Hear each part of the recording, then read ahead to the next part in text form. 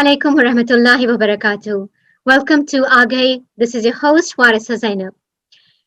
What we're going to discuss today is a very important issue and it still exists in this day and age.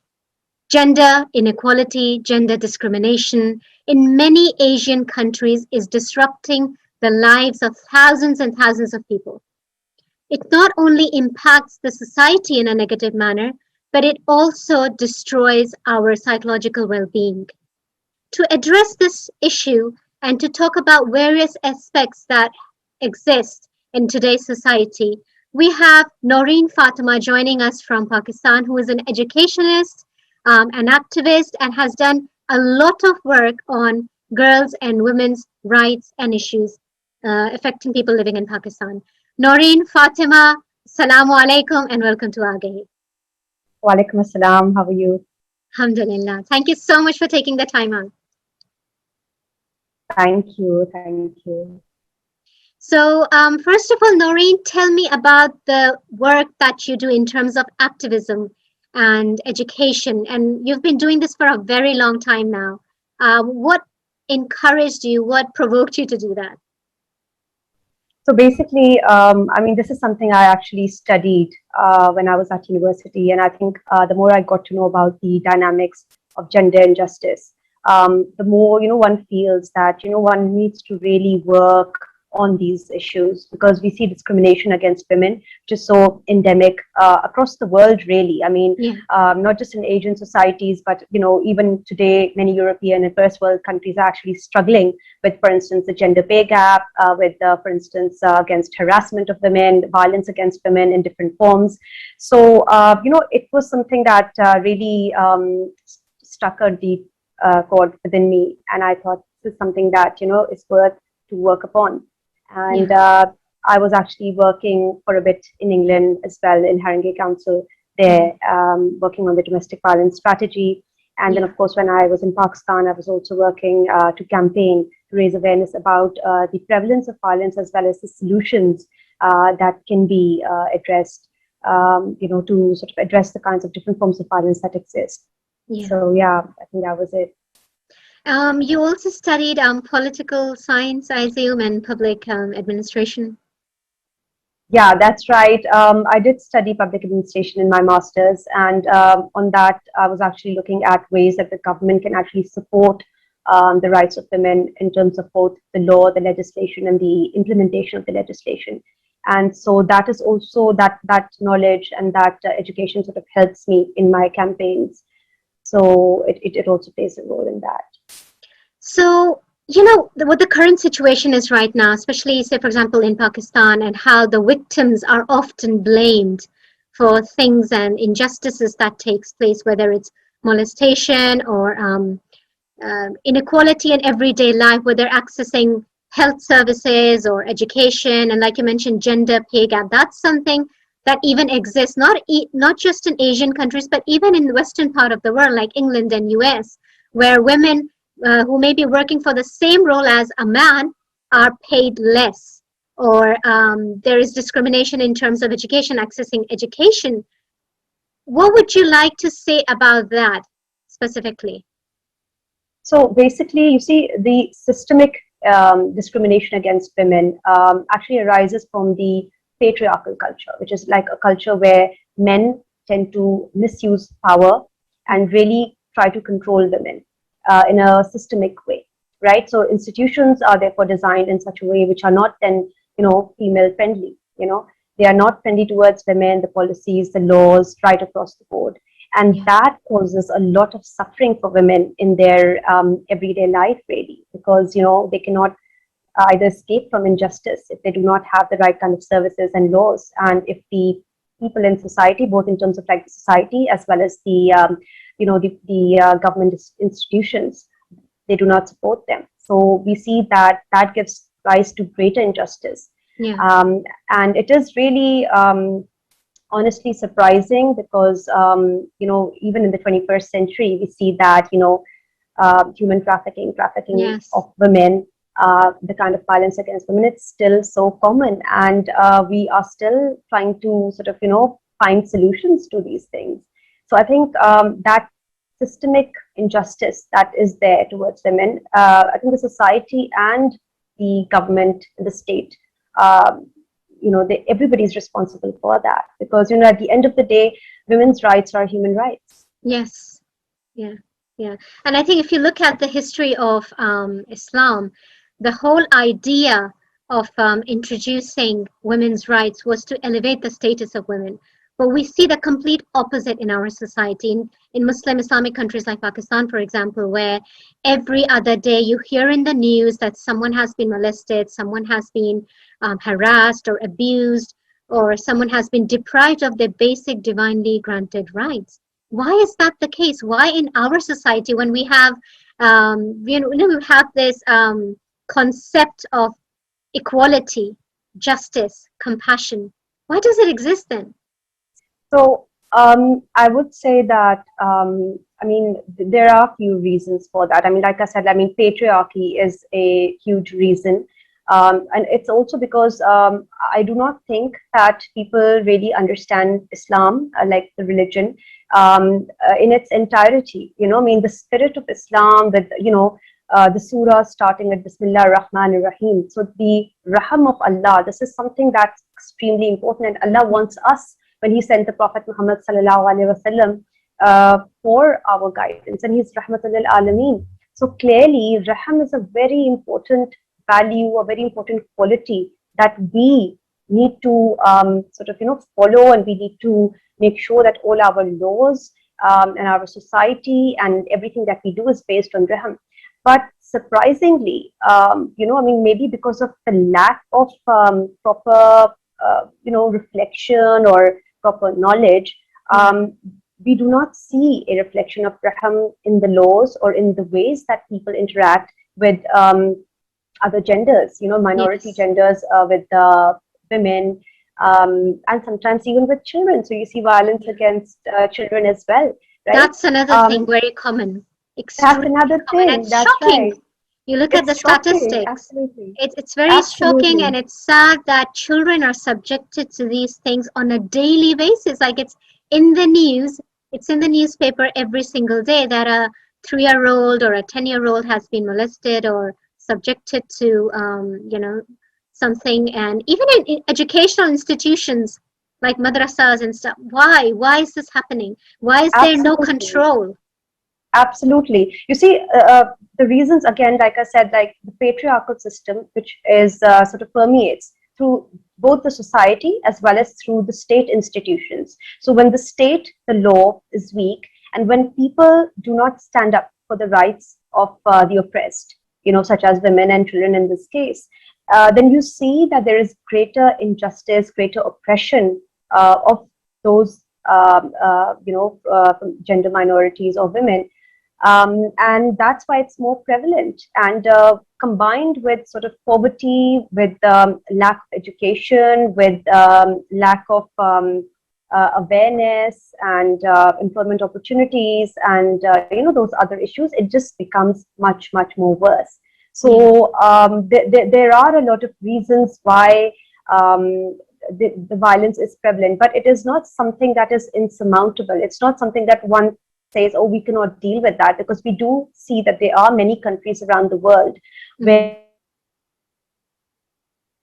the gender justice compared to others, I mean, they have not reached that status of gender equality, or they have not, I mean, it's not like there is zero harassment or zero violence there, but the societies are much better off overall, because they've Yes. actually worked progressively and actively on enacting laws and implementing those laws as well. So it is not just that the laws are there only in just on paper. They're actually being implemented, and people are actually getting their rights, for instance, through the court system. And also with societies are actually more empathetic to each other. So I think empathy is, again, like I said, a value that we need to start off ensuring that our laws are based on compassion for the other. So I think that's really important. Yeah. And we can see that when you talk about gender, it's not just something which is confined to females, but even the transgender community in many countries across Asia, they don't have any rights. They are treated like, second-class citizens. again, they're subjected to gender discrimination, whether it comes to employment or education or health services. Is there no law around that? So basically, I mean, the international law both completely rejects the idea of subjecting any gender towards any forms of violence. It is extremely important, even in the constitution in Pakistan, that all citizens are equal in front of the law. So all gender minorities, women, everybody is equal in front of the law. And it's very important that the state takes care of each and every person. The state actually has the mandate. And also, obviously, the state is signatory to United Nations conventions as well, which makes it even more important that they ensure that the rights of citizens are taken care of. But you're absolutely right that transgender community really suffers, and gender minorities really do suffer in Pakistan because of the fact, again, that the society, one, from socially, they're not empathetic towards them. And number two, the law and the government, they also do not protect them really, like the implementation is completely lacking. So we see that they're subjected to violence, to discrimination. They're not given the kind of education or skills, because of which employment is a problem. And even when they do have the education and skills, we see that they are not hired. There's discrimination against them. And of course, that really puts them in a very difficult place, in a very difficult position. And it also, I think, definitely opens doors to exploitation. Like you said, that when they don't have any options to earn their livelihood, then the last option they have is to either beg on the streets or to sell themselves. Yes, And again, it's like a vicious cycle that they cannot escape from. absolutely, you're right, because that is what leads to their abuse, and those sort of elements in the society, the miscreants, actually try to then take advantage of them. So it's very difficult, because it's a vicious cycle. It's a very difficult place that they are put into. But it is, like I said, it's not insurmountable. It's not something that the government or the society, if they're silent about it, then of course the issues will continue. But if they do speak up about it, then we can see that there could be certain solutions towards that. So I think strengthening the law would be then very important. And I think we are seeing that kind of positive change in our society now. Now that a lot of transgender people are being employed, they are going into higher education and earning a livelihood. So you do see that kind of change. It's happening, it's slow, but it's still there.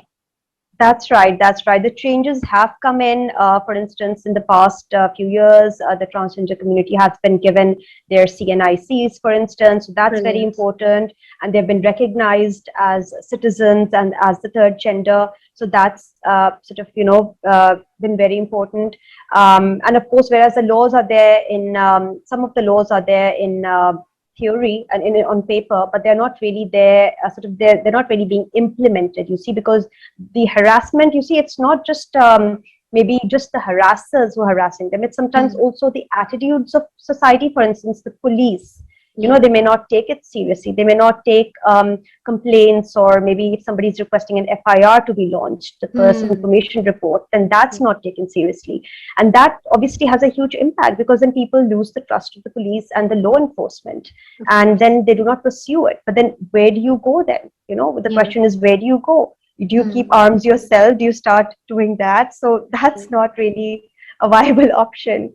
So, like we have this Gulabi gang in India, where there's a group of women dressed in pink, and they go out, and if they find out that someone is being discriminated on the grounds of their gender, if a woman is being mistreated, they just go with their sticks and they sort them out. But we can't have that in our, Yeah, you see, it's a very difficult position, really, that they are subjecting, that the government and the the state and the society has really left people in such a situation. And I think, the worst thing is that over time, this has grown. On one hand, it has actually grown in the sense that, like you see that incidents, like we said, of even children.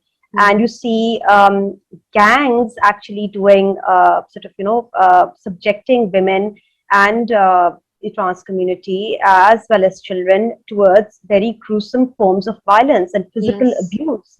And when you look at it, really, it's not just, and of course, I mean, I've not even touched upon murder, for instance, because we have had seen that we've had reports of that happening as well, that once Mm. the victim has been abused physically, they're actually killed. And even girls as young as 4 years. I mean, there's just been it's been pretty harrowing.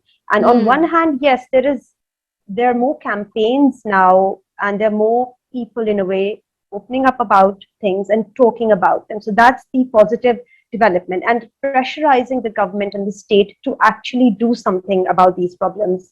But on the other hand, of course, like we don't have the state has not built in capacity.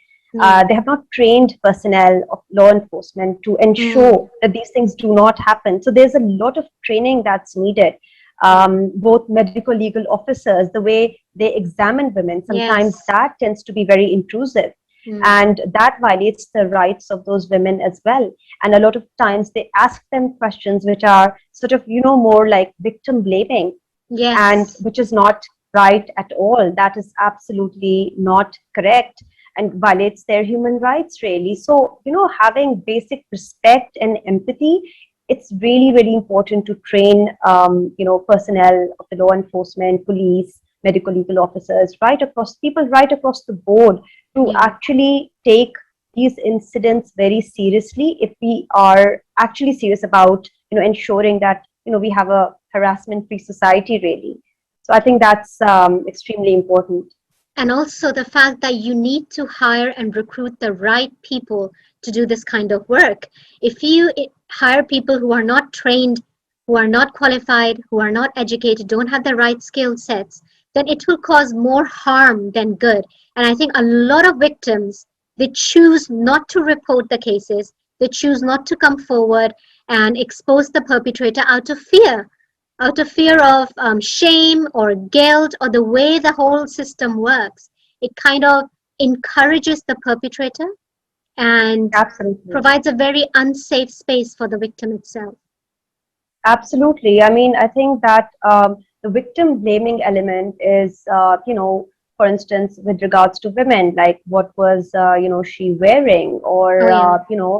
maybe she asked for it. They say those kind of things, and which are actually common right across the world. I mean, more so Yeah. perhaps in our societies, and but also common throughout the world, that maybe she asked for it, maybe she did something that, she, was asking for it. But really, that doesn't make any sense at all. A society that victim blames and blames the oppressed, I mean, that society can really not be successful.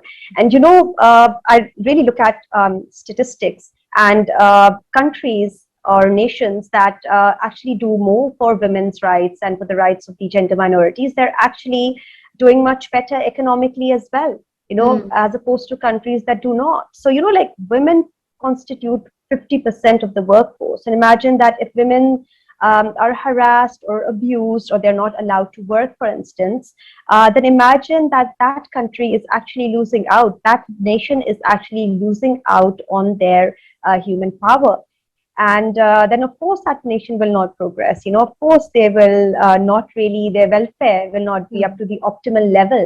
Yeah. And I honestly believe that, Allah has created human beings as Ashraful Makhluqat, and we believe that. We have a very strong belief about it. But then, at the same time, you see some people sort of completely not acknowledging this fact, and treating women as if they are some kind of either objects, or maybe treating them like children who cannot think for For themselves. themselves. I mean, so this is really amazing, honestly, because if you cannot undermine what Allah has created. Allah has actually created men and women to be both very intelligent, both emotionally and intellectually. So it's not that they are deficient in any kind of way. They do not have any deficiencies, and they need to be therefore given their rights. It's only people who take away the rights of people. Allah has given Yeah. the law, but we need to make sure that we are just, and we are empathetic towards each other. Otherwise, the problems that we see will really exist. And then, of course, one sees that it impacts people's mental health. It impacts people's physical health. Even women, for instance, if they are, for instance, if they have children or they are going to have a child, it's going to have an impact on the child, the unborn child, for instance. The mental health impacts the child, the unborn child, and even the children. Any other children that they may have, it impacts them as well. So their mental health is also going to be dependent on the mother's mental health, clearly, because she's the one, that they are around. So if you look at it, it's sort of something that is intergenerational, that violence, if we do not control it, the abuse, if we do not control it, then it may actually pass from generations to generations. And then even injustices that exist not just in the community or the society, but in a household. When one person is being unjust or unfair or discriminative to another family member, and children tend to learn these things, and when they grow as adults, they are going to pass that on to the next generation, and ultimately that's right. That is absolutely correct. Yeah, that is absolutely correct. They will actually pass it on, and because that is some what is called sort of like a learned behavior. You see, it's a behavior that they are learning when they observe somebody, and particularly in households which which have a lot of violence, children will then grow up into adults who are committing that kind of violence, maybe against their own spouse, or maybe harassing somebody at their workplace. You see, because workplace harassment is very much of a reality. And if workplaces, again, it's not just like we discussed earlier, the law of the country is important, but also workplace laws are very important. So workplaces need to make sure that they have the right kind of laws and policies to address grievances by women and by anybody who is really harassed, and sort of have equitable policies in practice. And that obviously needs, there has to be like a conversation around these issues, obviously, to come up with that. There has to be a recognition that, yes, women are disproportionately discriminated, and therefore we need to make sure that this does not happen. So yes, I mean, it could be that children grow up to be such people, or they may grow up to be even worse. And I think another thing, yeah, absolutely. And the other thing that we also see now is the kind of the harassment that takes place also in the cyberspace, and online harassment. People are being sent inappropriate pictures, for instance, inappropriate messages, and whereas some social media platforms have tried to address that, and they do have certain measures that can be taken, but it's still a reality for a lot of people who, a lot of women who are online. So, are there any laws around that against cyberbullying or misuse of images and private content in Pakistan? Because I know in UK they have introduced a law now. So basically, they do have some laws, but again, the question is that the implementation of the laws. We do have currently, the Ministry of Human Rights has launched a reporting helpline, if you like, that one can report about any kind of abuse that one is suffering.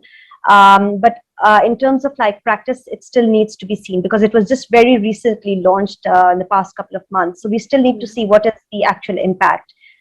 We still need to assess the effectiveness of that. I mean, I think it's a good step, but of course, there needs to be a lot more done rather than just a helpline. One of the things you mentioned, Noreen, was the fact that there is a gender pay gap, and that's something that's across communities, and not just in developing parts of the world, but even in the West, we see there is a gender pay gap. Then we also have issues concerning sexual harassment in the workplace. Another thing which is quite common, and I was shocked when I read the statistics, that 90% of women who have used some form of public transport in Pakistan, they have been subjected to harassment, inappropriate touching. So when we talk about public transportation, which again is a basic human right for everyone, regardless of their gender, we see that when you step into a bus, for example, and you look at the seating arrangements, there are only like 3 seats available for female passengers, and the rest of the bus is for men only. How come this hasn't been addressed? Yeah, I think this is something that surely needs to be addressed because, I mean, again, like I said, 50% of the population is women, right? Mm. And so therefore, at least half the bus needs to be dedicated for women I think it seating. should be buses separately for them. Yeah, yeah, yeah, because I think it's so important because you see, otherwise it really prevents women and girls from, say, acquiring education. Women who Mm. are going for universities, right? Women who are going for their jobs. It's really difficult for them to travel because not everybody can afford a private transport. Not Of everybody can course. go in an Uber. Not everybody can afford a car. So Mm. clearly, the vast majority of the women actually do take public transport from right across the social classes, right? Yeah. And it's very important that that is affordable, that is cheaper option, and Mm. economically that's a very important one. However, you're absolutely right to say that women are subjected to not just sort of the lack of seating, but Yeah. also the kind of harassment that they're subjected to. Mm. Honestly, it is really, really shameful that in Muslim societies and Islamic cultures and Islamic countries, we still have that, Yeah. kind of catcalling, groping, and touching women inappropriately. I mean, all of that is really extremely, extremely wrong. And again, because of the fact that the law and the society, they don't seem to really care, these incidents do continue even into the 21st century. So whereas you see a lot of women and girls acquiring education compared to say 50 years ago, more women and girls going to universities, but Mm. things are not very easy for them. Mm. And also for the women who maybe from lower socioeconomic backgrounds, and they have even people don't even listen to them. Literally, it's Mm. it's almost like they exploit them even more. So in a way, the class dynamics are at play as well. And the less educated a woman, the less empowered a woman, the more likely that she may suffer. So then you see these sort of intersectional, as we call it, discrimination that Yes. exists when various forms of, like, say, class, gender, ethnicity, their background also comes into play. And Mm. therefore, they may be suffering more as compared to another woman who is from a more educated or a better socioeconomic background. So those things definitely, come into play as well. What about when it comes to child marriages or early marriages? And that's one major issue in itself. And then on top of that, we still have the system of dowry giving, which is not at all part of our faith. In fact, our faith has been given clear guidelines as to like men are the maintainers and the providers. They are the ones who have to provide everything. Even the concept of meher that was introduced by Rasulullah sallallahu alaihi wasallam 1400 years ago was to make people understand that when it comes to finances, when it comes to managing household expenses, it's the man's responsibility, not a woman's responsibility. A man cannot demand his wife or his mother or his sister or his daughter for paying the bills or managing the finances. But we see discrimination here, and it's across status. It's not just something that's prevalent among, say, for example, middle class or lower middle class, but even in upper class we see that this dowry system exists, early marriages and forced marriages, and it's often the female gender who is suffering the most as a result. Absolutely, that is absolutely correct. I mean, even though in Pakistan they've tried to bring in laws to put in a minimal age for marriage, however, that law, again, the implementation is completely lacking. And not just sort of marriages of girls, underage girls, but we also see that there's also forced conversion of girls from, say, the minority Hindu and Christian communities, often as young as 12 or 13 or 14-year-old girls. I mean, that time, of course, they, do not understand. And often they're also abducted. So there's Right. abduction, and then there is forced conversion of such girls, and then forced marriages. So that is a really difficult reality. And a lot of, these girls, they come from sort of lower socioeconomic backgrounds, and they come in from rural areas as well. And so therefore, their families are not empowered really, because they have no state support. And so it's very, very difficult to, counter this. It's very difficult for the family, really. So again, obviously, it requires a change in law and sort of greater enforcement. But we see that this is very common. And of course, girls, as young as maybe 12, 13, I mean, they're also married off without, obviously, I mean, that's absolutely illegal. But that does happen. And it sort of goes against both international law, it goes against the national law as well. But I mean, people tend to get away with it again because, there's also that culture of bribe, giving bribe to the police and law enforcement that exists in countries like Pakistan. So people then tend to get away with it, really. And then they, of course, misuse religion and try to justify their actions, which they're wrong actions, of course.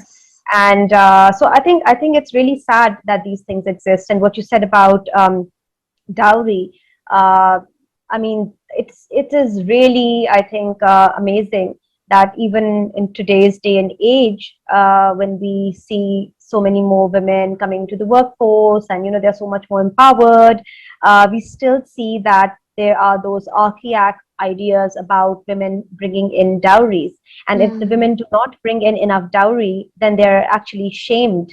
And so that obviously has an impact on their psychological health as well, their mental health, right? And they're made to feel small by the guy or his family. And so we see that in society, women are therefore subject to this sort of harassment and discrimination. Whereas a man who, like you said, that it is wajib for a man to give the meher, the dowry, to the woman instead. And they're never questioned about how little of a meher they may have given or something of the sort. It's never the girl's family who says to the guy that, oh, you gave us such little meher, I mean, that never happens. If the meher is given, that's another thing. It is, I mean, writing it on a piece of paper is one thing, but when it actually comes to giving or asking for the meher, that's another story, right? So that's another story. You're absolutely right. If the meher is given, and of course, when the meher is not given, and say that it leads to them going for a divorce, then it of course causes multiple problems, because then there's a court case, and then of course again, like I said, the rules and the laws are actually stacked against women. So then the women end up giving up a lot. And a lot of times in marriages, women may be told, like, for instance, the husband may ask the wife to not work. And because of that, she may miss out on having her career and having her own income, which again makes her dependent on either her parents, maybe who might have some money, or the state. If the state is not there, if the state does not provide, like for instance in Pakistan, then of course she is really dependent either on the man. And this is actually one of the reasons why a lot of women then may choose to stay in abusive relationships, because they do not see a way out, because if they do not get support from either the where do they go? So they may actually choose to stay in such relationships. And this is what may lead to suicide tendencies. I mean, depression, suicide, all of that in women. So I think therefore we really need to look into it, the kind of societies that we want to create, the kind of community that we want to create. Do we want our communities to be empowered, or do we want them to have empathy, and do we want to have relationships based on empathy and compassion? Or, are we sort of just going to be led by a system that violates the right of at least 50% of the population and causes a great deal of harm towards them? So are we sort of, going to go with that? And I think that's a very important question, because like we were talking about Islam and the rights that Islam has given, but we see that all these rights are abused and they are not given to the women. So in a way, of course, that's what a lot of others might see, and they think, oh, this is Islam, what you're practicing is Islam. So what people are practicing in society is that injustice. They think, oh, that is Islam then. So in a way, it really tarnishes the image of Islam.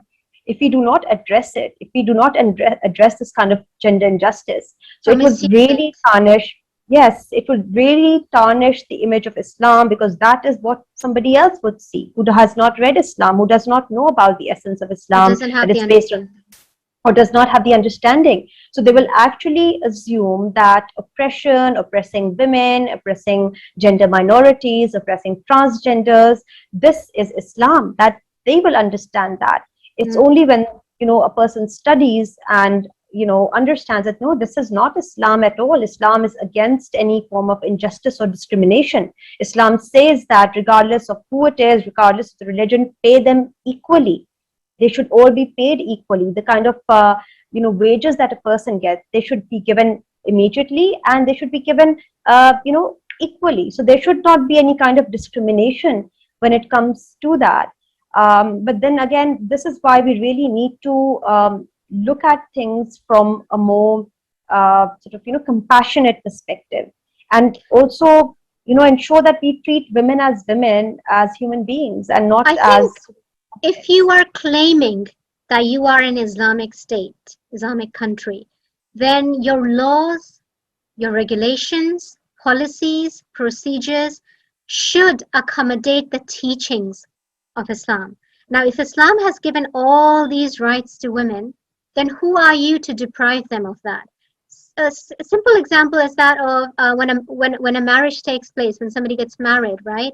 You have this marriage certificate or the Aqd or the Nikah where certain conditions or certain sections have been crossed out prior to signing the contract. Why? Because they just assume, oh, you know what, the woman doesn't need to put conditions down, or she's not entitled to these rights and responsibilities because I get to choose, because I'm a man, I'm more influential, or I am more powerful. Although Islam says nobody is superior than anybody, only the person who has the high level of piety or taqwa is the one who's superior, nobody else. But we see that something as major as getting married is concerned, women don't even know what their rights are, and they just sign a sheet of paper without reading, without understanding. I mean, how many weddings have you attended, Noreen, where the Maulana or the Islamic scholar or the representative of the bride or the groom actually sits down with the couple and says, okay, these are your rights, these are your responsibilities, and you guys can put any conditions as you like, and then you sign the contract. It is a contract, isn't it? Yeah, absolutely. It's a contract, and you're absolutely right that a lot of women do not read that contract. I mean, a lot of women just end up just signing it. And I'm just not talking about women who cannot read or write. Yes, that is also obviously a huge chunk of the population who cannot genuinely read and write. They're not even told that these are your rights, or these are the husband's rights, these are the wife's rights. They're not told that either. And on top of that, you have the men who are actually sort of educated, and they also don't read it, and they also do not they also sign it without reading it, and that's a substantial chunk of the society. And they just maybe trust their I don't know, maybe a relative or somebody that they will take care of that. But when it comes to sort of later on, it Mm. really has a huge impact, because those questions are there that, in all honesty, one has to address them, understand them, and say, yes, I agree with these terms and conditions. And if I do not, ask for X thing, I will not get X thing. If I do not ask for Y thing, I will not get Y. So I need to be very, very clear that, these are my rights, and I need to know what I'm giving up. Because end of the day, it is not, it is, we are human beings. That is why Allah has made divorce um, halal in our Permissible. religion. Yes, permissible. It is halal. It is permissible. Why? Because of the fact that we are human beings, we can make mistakes, right? Mm. And we can, there may be a problem in relationships. And if there is, that Allah does not want us to be with the same person, that Allah has given us that way out after we actually investigate and we try to reconcile. If that doesn't work, then the way out is there. But not informing the woman, at the time of her marriage, not letting her read the nikah or not explaining things to her if she's not educated enough to read it, or for even women themselves not reading it, really is putting your entire life into somebody else's hands who's also a mortal. At the end of the day, it's not like, the other person is infallible. Obviously men and women are not infallible. They're completely fallible. And that is why it is there. So I think it's very, very important that, all women need to understand it. It is not about the ego. It is about basic rights, which the religion has given. And it's just to ensure that everybody understands the other person and we're all on the same page, really. So I think it's very important that people do read their nikahnamas and they do understand what they're in for. And I'm actually glad that in certain communities, I've seen this particularly in the West, that there are actually trainings and workshops given to young adults who may be sort of looking at getting married. And I think these things are explained to them in those workshops. But of course, that may be only a certain section of the society that's actually attending them. But the society at large, when you look at our communities, the Muslim communities, it's really not there, but we need a lot more awareness to ensure that, women's rights are not violated. I think they should almost make it obligatory for any person who is considering to get married to go for a pre-marriage course, not just Islamically, but also in the legal perspective, so they know what their rights and responsibilities and duties are, what they're entitled to, what they're not entitled to. Because we see this, that there is a certain group of people who think they are privileged and they're entitled to lots of things that they're not entitled to, that they're not privileged to have, but they assume they do, and that's where injustices and oppression takes place, and that destroys lives, that destroys absolutely families, and I think you see the reason again that's there is because of the fact that it is being acted out by the society. The society is actually practicing that injustice. So any young adult or any young person who grows up, I work with a lot of young people as well. So when they grow up, they think this is what the religion is, and they are sometimes told by, again, their misinformed maybe elders, maybe parents who are misinformed, who have not read about religion, who have not understood religion, that yes, this is the way you keep a woman. So instead of telling them that, you have to be compassionate, you have to be merciful, you have to be empathetic, they, actually end up really teaching them things which are completely contrary to the teachings of Islam. And that's why you see in South Asian culture, regardless of the religion, whether a person is a Muslim or a Christian or a Hindu, these things are common. Yes, across cultures in India, Bangladesh, Pakistan. Yes, they're completely common, and that's why we can relate so much to each other's problems, because of the fact that it's not something that is sort of restricted to people of one religion. But we know that clearly Islam is totally against it. If somebody just reads basic books on Islam and reads maybe if they do taqleed and they read what the Maraja taqleed have said, then they will understand that, this is not right. This is actually sinful. So I think it's very important for us to say that it can be criminal, or it can also be sinful from an ethical and moral perspective. And I think if one recognizes and understands that, then, one would change, one would have that incentive to change. And that's why I think it's so important, like Islam says that Iqra, read, you must read. And if reading and studying does not stop just after university or college. Of course. One has to learn throughout their lives. But we see that, till their last breath. But we see that a lot of people, they do not read about religion, they do not maybe attend lectures, they do not try to understand the essence of religion. And maybe they look at it from a very surface level, and they look at it from a more ritualistic perspective. And Islam is not really like that. Islam is not, just about rituals, just about praying, fasting. That is not the essence. The essence is to take human beings to the higher levels, that which makes them ashraf al-makhluqat. That is the sort of they have so much capacity within themselves, of reaching that higher order. higher, level of thinking, higher level of doing. And when they resort to such things, which are actually brought upon as a result of their ego, right? So all these things result in power imbalance. This results in from the ego, because the ego wants to control the other person. And so when they want to control the other person, that also obviously means that, they are sort of going down in terms of their they're not really going towards their optimal side. They're going in the negative direction. And that, of course, has a huge impact This is on why their. I think Imam Ali alayhi salam has said that when you look at a person, don't judge them by just looking at the number of fasts they keep or the number of rakats that they pray, but look at how they treat people.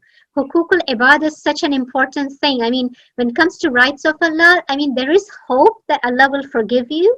But when it comes to rights of people, I mean, those who have read the book, The Divine Rights by Imam Zainul Abidin, that every single part of your body has rights over you, and how you treat people, how you communicate with them, the type of language you use, it all Absolutely. shapes your character. Your relationship Absolutely. with Allah is based on that. So like you said, listening to lectures, yes, it's important, but just listening on its own is not enough. You have to implement those teachings. You have Implement to them. do a lot of contemplation and reflection to understand yourself first before you can understand others. And I see, unfortunately, this is not the case. Yes, because you see, people, if they don't learn, then they're not going to progress. And that is, you look at that in every profession. If you're a doctor, you need to keep on taking different courses. If I'm a teacher, then I need to take on different courses to make sure that I am teaching, with the latest technology, with the latest equipment, that I understand the concept. So similarly, as a human being, Allah, if you believe in Allah and you believe in Islam, then of course He's given you all the knowledge, but you just need to actually study it. And not think that, oh, I've studied whatever I had to maybe in the madrasa and that was enough for me. No. It is not enough. One has to delve deeper, reflect. Like Allah says in the Quran, mutafakkirun, the ones who actually think.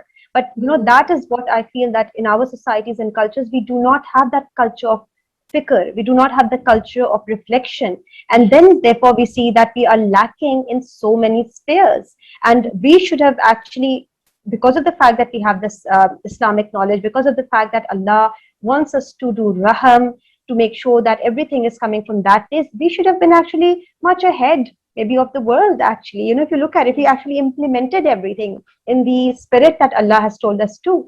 But we are actually lagging behind because we have chosen to actually follow our egos in these respects. And that's why we sort of, we do not want to accept it. I mean, a lot of people, they do not want to accept it, and they actually try to justify it by misinterpreting religion. So then, of course, it means that, for instance, the infant mortality rate in Muslim countries, in Pakistan, for instance, the maternal mortality rate, for instance, with women dying after childbirth and during childbirth, when they're pregnant, is much higher as compared to maybe the developed countries, the developed economies. Clearly, it is not just happening in a vacuum. It is happening because of the fact that the support system is not around those women. Whether the healthcare support, that's not around women. I've noticed, and I was very surprised, that people from very sort of, if you like, even from the better socioeconomic backgrounds and educated backgrounds, even I was so surprised that they were not looking after the women who were sick. I was really, really surprised. I mean, I could not believe it. Expectant mothers or mothers who have just given birth. That's right. And then there are also men who also abuse their wives even when they're pregnant. So you see, that's common in West as well. Trust me, I get to hear cases every day from sisters who are pregnant, who are expectant mothers, and they are beaten black and blue by their husbands. And this is why in certain, I mean, there's in East London, hospitals in East London, they have these posters and stickers where they tell women to seek help, if they are subject to physical abuse. That's right. Absolutely. And I think that also, you see, the thing is that for women, with regards to this kind of violence, I think there's also that, again, the fact that in our culture, a lot of women are told that, once you get married, you do not, come back, and, that kind of thing. The parents, maybe some of them do not want the women to break that marriage. And because of that, they let their daughter suffer within that marriage. And she is then reluctant to go back. And therefore, she is enduring all of this. And of course, in Pakistan, in a country like Pakistan, such women can also be killed, right, Oh, by their yes. husbands. Yes. And of course, then they're subjected to various kinds of abuse. For instance, acid attacks are very common Yes. against women in Pakistan. Yes. And Now this even is men, something. I've heard, I've recently heard that even men, young men, they are being, affected by acid attacks, not Yeah, just. it could be. It could be because you see, again, acid attacks and, for instance, like honor killings. Yes. These are some of those extreme forms of violence which are more obviously common towards women. I mean, women are sort of subjected to it a lot more than men are, but that doesn't mean that men are not subjected to it at all. The honor killing usually results in maybe tribes or communities actually Even killing. religion, when we see, for example, Shia genocide or Shia missing persons, isn't that targeted at a certain ethnicity and gender? Like most men who belong to, say, for example, the Shia faith of Islam, they suddenly go missing or they are targeted and they're killed because of their Yeah, I affiliation. mean, yes, of course, of course. I mean, people who, I mean, Shia genocide is obviously a reality in Pakistan, Hmm. absolutely. And I think that, I've also campaigned against that because, like the women who belong to these communities, they Yes. are subjected disproportionately because they do not know whether that male member of their family, whether it's like their brother or it's their husband or their son, they don't know if he is alive or not. I Yeah. mean, they don't know. Either maybe that person has been killed. They're Mm. sometimes abducted, sometimes they're killed. And so the women are then suffering a lot of trauma. There are also children who were born in the absence of the father. And the father, they still do not know if the father is alive, or if he's alive, then where is he? So this is also something that I have worked on in Pakistan, and sort of to raise the voice of such women. Mm. And honestly, it's very difficult for them. So women are again on the sort of they are on the suffering. They're suffering as a result of men being abducted as well.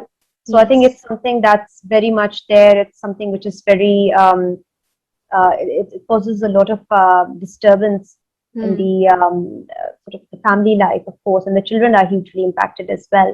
Yeah. Yeah. So we do Do need an you active role of the state for do that. you think, Noreen, the way our society works, this is a whole system. I mean, the law enforcement agencies are, say, for example, corrupted. They are not strong enough. The right people are not recruited to do the job. Then we also have a lot of prejudices and misconceptions and stereotypes and taboos within the communities where they don't address these issues. They're kind of brushed under the carpet, and this cycle of people suffering in silence all their lives until they die. This continues. Do you think women themselves are a major part of this? For example, if an injustice happens within the community, if a woman is being, for example, abused or harassed or has been subjected to sexual molestation, and there's another woman who's aware of this, but she pressurizes that victim to stay quiet, to not speak about it, to not share it with this information with Mm. anyone, not to expose the perpetrator because the perpetrator is male, more powerful, superior, or an influential person or somebody with authority. Yeah, I mean, absolutely. You see, the thing is that, again, this really comes to the point of how the society perceives a person who's being oppressed. Is the Mm. society standing up for that woman? If the society or the people around that, other women who are around, and if they feel and they believe that it is wrong that a woman is being subjected to torture, then Mm. they would surely do something about it. If they feel that this is something unjust, then they would definitely do something about it. They will try to maybe help that woman to escape from where she is. Maybe they'll try to maybe find a shelter for that woman, a place of refuge where she can be safe. But if those women maybe side with the perpetrator, if they side with the person who's being aggressive, who's actually inflicting this kind of torture, Yeah. then of course they are part of the problem. Because I mean, obviously men and women both can be wrong. I mean, it's not as if, women, cannot be wrong. They can Yeah, be, of and they course. can be part and party to the patriarchal system. And sometimes some women are part and party to the patriarchal system. And we see that how a lot of times daughter-in-laws, in certain areas in Pakistan, for instance, how acid attacks take place. Sometimes Mm. it's also the women who are involved in that. Yeah. So, I mean, of course, the disproportionate victims are women, and the disproportionately it's men, men who are doing this to women, right? But then, yes, there is a minority of women who's also maybe got the idea wrong regarding justice and injustice, and they do not Mm. understand what is abuse and what is injustice, or maybe they just let it be. I mean, or it could be that maybe they feel that they do not, like, whatever they will do will have no impact. Some women may even think that, because they feel that if they get involved, the person may come after them. So maybe out of fear, they will not say something. So Yeah. I personally know of somebody who actually said that she knew another woman who was killed. But she said Wow. that, she didn't feel in her neighborhood somebody was killed, and she didn't feel that she could actually talk about it to even other neighbors or to the police, because then there'll be this cycle that she'll get involved into, and there Yeah. is, I mean, that person might come after their family. So people sometimes also do not report out of fear, because they do not feel they are supported and their voices are not going to be supported. So as if they will be putting themselves at risk for speaking up for somebody. And it is true, sometimes, yes, you have to really face those sort of consequences. So Yeah. it's a difficult one, because like, if there are lesser number of people who are Mm. standing up for justice and truth and for the rights of women and for the rights of gender minorities, then of course they may be subject also to harassment and kinds of behaviors which sort of which Because would just make their life difficult. there is no safe space, there's no security for witnesses either. So if somebody wants to support the victim and they want to raise their voice against the perpetrator, there is no security for them. The way things Absolutely. work, the way the system works, they are at risk. And unlike Yes. here in the West, where you can take injunction against the perpetrator, and the perpetrator will be kind of, if they breach peace, then they will be arrested and then prosecuted. But in so many countries, we don't have that kind of system where maybe the Absolutely. perpetrator will get away with it. They can bribe the law enforcement Yes. agencies, or Yes. maybe they belong to like really powerful tribal lords or Yes. families, Yeah. or maybe they belong to some influential, backgrounds where they know they have the privilege to get away with even murder. Yeah, no, absolutely. And unfortunately, we also have in Pakistan the defamation laws, which also make it very difficult for people to call out somebody who may be a perpetrator, the aggressor. Mm. So I think it's become really, really difficult for women then to speak up and to say that X person has harassed them or abused them in a certain way. Mm. And, like, I think that just makes their own lives so difficult, because there is less and less support, and then there's less and less room for to come up with the truth, because the society at large is not ready to accept that. The society at large does not want to hear that, and they still sort of stick with the victim blaming mentality. Mm. That maybe they think that somebody is just trying to maybe put up a show, or they're just trying to do it for fame. I mean, Mm. really, that's really not, not the Whereas case. character assassination is another thing that exists, you know, and we always try to target that person who's vulnerable, or weak, or doesn't have a very good, strong support system. So it's easier to tarnish their character. Yes, absolutely. And you know what? The other thing is, like, in Pakistan, for instance, like, some of the proponents for very serious crimes against women. So some proponents have said that, that the death penalty needs to be brought in, so that it reduces the number of people, they argue, who are actually committing these crimes against women. But we know from statistics and studies that the death penalty does not really help, because there is, for instance, death penalty for murder in Pakistan, but people still commit murder, and you Yeah, hear about yeah, it every other day. So it is not really a deterrent. What is more important is that, again, like I said, that law enforcement and the society at large, and the training of people, sensitization, that is more important, to really take women's sort of grievances seriously, to take their whatever that they're saying seriously, because it is not easy for a woman to come up and say something of against a course. man. And in Pakistan, I've also seen that recently there have even been cases of very privileged women Mm. who've come out and spoken against their harassers, and even their cases are not being taken seriously. So it's very, very difficult. I think it just puts, imagine if the privileged ones who come from better socioeconomic backgrounds, who are more Yes. empowered, if they are really struggling to fight their case, then imagine that woman who does not have the resources to sort Mm. of go to the courts and does not have that knowledge. So it It's a puts that never-ending woman, fight. It's a never-ending that's fight. right. That's right. It just puts that woman in a much worse off position. And from a sort of psychological perspective, it's just so much more difficult.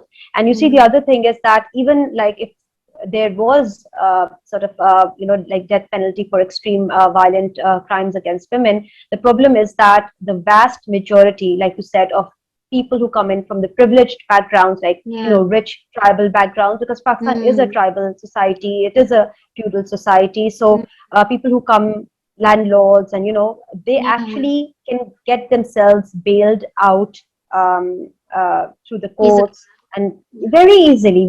And Mm. that is why they are never impacted. They have almost impunity. They are almost forgiven for committing very violent crimes, because of the fact that they are rich and that they can get away with it, because the So, law is not really geared towards the rich, it's just towards the poor, really, if yeah. you look at it. So, you Noreen, know because we only have a few minutes left, I just want to ask you, like, to, summarize everything that we have discussed so far. We know all these challenges exist, regardless of socioeconomic status, religion, or ethnicity. We know this exists, these problems related to gender inequality, gender discrimination. How can we end these challenges? How can we stop the cycle? As um normal civilians, what can we do? We can't make so changes at the governmental level, but within our households, within our families, our network. Absolutely. It starts from the micro, and then it goes on to the macro. It starts from the self. If everybody thinks that I will actively make sure that my words, my actions, my thoughts are not unjust, they're not biased, I'm not discriminating towards anybody. That is where the start is. And then they show that in terms of like their interaction with their family, that they are sort of not abusive, they are kind, they're gentle, they are empathetic, they're compassionate. And then of course it goes on towards their colleagues, obviously, and wider society, whether they're traveling through public transport and all of that. And then of course they should also actively try to campaign against the gender injustice, because this will be just a gain for them. This is a gain for their own women, for their maybe their future daughters. This is a gain for their future generation. So they should not be afraid to not speak up for the truth. And I think as Muslims, it is so important that we always speak against injustice, and we should not be scared of that. We should not be scared of social norms. We should not be scared of the state or society or anybody. And that is how, if every person works on it, they will be able to change the system. And we do see that happening. It's happening very slowly, but it is actually happening. And I'm really And glad I that think, yeah, some laws have been changed recently. So at least there's progress. I mean, yes, we are stuck in Pakistan on implementation, but at least there is progress. And we just need to make sure that we keep progressing. And it's kind of at a snail's pace, but at least it keeps on happening. And the more voices, the more people who speak up for somebody who they think is like being oppressed, maybe even an animal, one needs to speak up even for an animal, leave alone for another human being. So I thank think you. it Thank is you just so much, so Noreen, important to do that. Thank you so for much, this Amy. insightful conversation, and I enjoyed every minute of it, and I'm sure our audience enjoyed it as much as I did. I would like to conclude the show with this saying of Imam Hussein alayhi salam, this great man who 1400 years ago said that Even if you don't believe in religion, be free from tyranny, be free from oppression. Look after your mental health, look after the mental health of people around you. Inshallah, we'll see you next Saturday with another guest and another topic. Assalamu alaikum wa rahmatullahi wa barakatuh.